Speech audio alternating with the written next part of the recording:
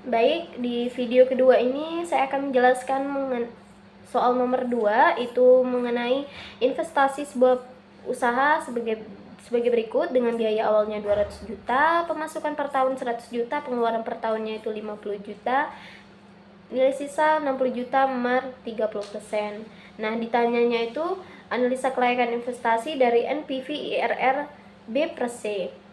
Dari ketiga investasi tersebut layak atau tidak. Yang pertama itu saya akan menjelaskan cara untuk mencari IRR. Itu yang pertama, P bintang L sama dengan P bintang M dikurang P bintang K. Nah, AM dikali P per A I5 ditambah L P per F dikali I5 dikurang 1 tambah AK P per A I5.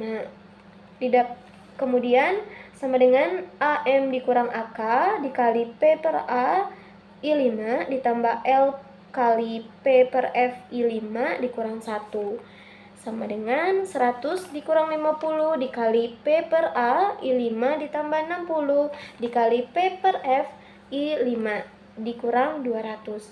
Nah, sama dengan 50 dikali P per A I5 ditambah 60 dikali P per F I5.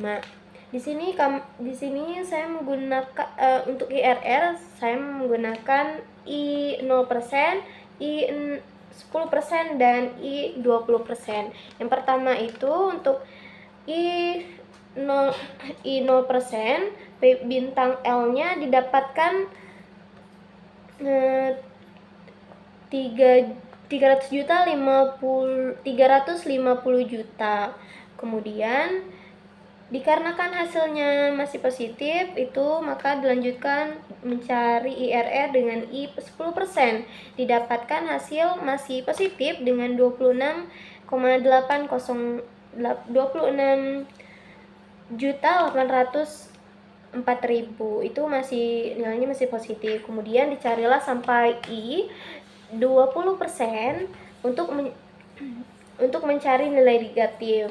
Dengan P bintang L didapatlah negatif 26,336. Berarti IRR di antara 10% dan 20% dengan interpolasi linear diperoleh sama dengan 10% ditambah 26,804 per 26,804 ditambah 26,36. Itu didapatkan hasilnya 1,5%. Maka IRR lebih kecil daripada MAR. Maka dari itu proyek pendirian pabrik tidak layak. Kemudian yang kedua itu mencari NPV-nya. NPV-nya itu P bintang kali L sama dengan 26.804.000. Berarti NPV-nya tuh lebih besar dari 0. Proyek tersebut layak ekonomis. Nah, untuk ketiga itu mencari B per C, nisbah B per C itu sama dengan P bintang M per P bintang K, di mana MAR-nya itu tadi 30%, N-nya itu kami menggunakan 5 tahun. Kemudian nisbah B per C sama dengan 10 dikali 2,436 ditambah 60 dikali 0,2693 per 200 ditambah 50 kali 2,36. Dapatkanlah hasilnya yaitu sama dengan 259,758.000 dibagi 321.800 juta. Nah, didapatlah hasil 0,807. Maka nisbah B per C itu lebih kecil dari 1, artinya tidak layak secara ekonomis.